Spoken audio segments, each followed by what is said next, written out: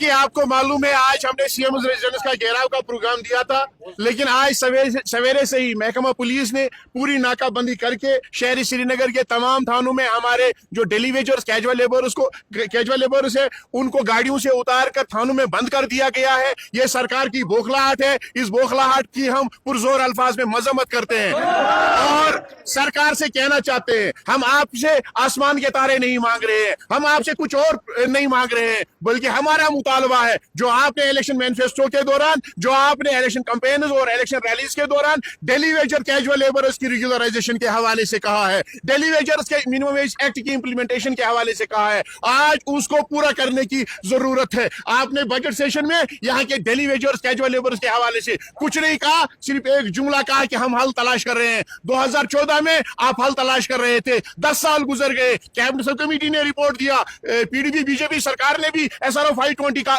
बनाया, उसके बाद honourable prime minister of India ने on the floor of house ये कहा कि हम छोटे दर्जे के मुलाजमीन के साथ इंसाफ करेंगे, मिनिमम वेज एक्ट का इतलाक होगा, रेगुलराइजेशन पॉलिसी इंप्लीमेंट होगी। लेकिन आज हमारा एक बार फिर सवाल है उमर साहब और वजीर आजम साहब से भी, होम मिनिस्टर साहब से भी, कि वो मिनिमम वेज एक्ट कहाँ गया, वो रेगुलराइजेशन पॉलिसी कहाँ गई। लद्दाख जम्मू कश्मीर का कल तक हिस्सा था, अगर आप वहां पे 14,000 से 45,000 रुपए डेली वेजर को दे रहे हो, अगर हिंदुस्तान के दिल्ली में आप 21,000 से 29,000 रुपए दे रहे हो, तो daily Vaser casual labour Jammu Kashmir या SGF NYC जितने भी यहाँ पे हैं, लैंड ओनर, IT वर्कर्स, जितने भी कैटेगरीज के तहत यहाँ पे लोग हैं, उन्होंने कौन सी खता की है, उनको आप किस चीज की, किस जुर्म की आप सजा दे रहे हो। क्या ये हमारी खता है कि हमने नामसाइद हालात में इस कौम को चलाया, हमने अपना सब कुछ कुर्बान करके इस कौम की खिदमत की है नामसाइद हालात में, कोविड में, सैलाब में, और जब यहाँ पे कोई बात करने के लिए तैयार नहीं था, जब सख्त तरीन हालात है, तो हमने जान फिजानी से इन महकमों को चलाया और आपकी सरकार को चलाया। प्री बजट मीटिंग में आपने नहीं बुलाया, हमें कोई गिला शिकवा नहीं था, लेकिन जब बजट तकरीर आपने की तो आपने हमारे जख्मों पर नमक पाशी की। आज हम उन तमाम MLA से जिन्होंने मेंबर असेंबलियों से, चाहे वो हिजबी इख्तिदार के हैं, हिजबी इख्तिलाफ के हैं, उनसे आज हमारा सवाल होगा, आपकी इखलाकी और मनसबी जिम्मेदारी बनती है कि आप हाउस में उमर साहब से पूछिए कि डेली वेजर्स कैजुअल लेबर्स किस पर जिंदगी बसर करेंगे। उमर साहब ने खुद इस चीज का एतराफ किया है कि ये लोग कसम कुर्सी की हालत में जिंदगी बसर कर रहे हैं, हमें जीने का हक दीजिएगा, हम इज्जत की जिंदगी जीना चाहते हैं, हमें कोई और चीज नहीं चाहिए, हम जीना चाहते हैं, हमारी रेगुलेशन और मिनिमम वेज एक्ट इंप्लीमेंट होना चाहिए। अगर सरकार ने ऐसा नहीं किया,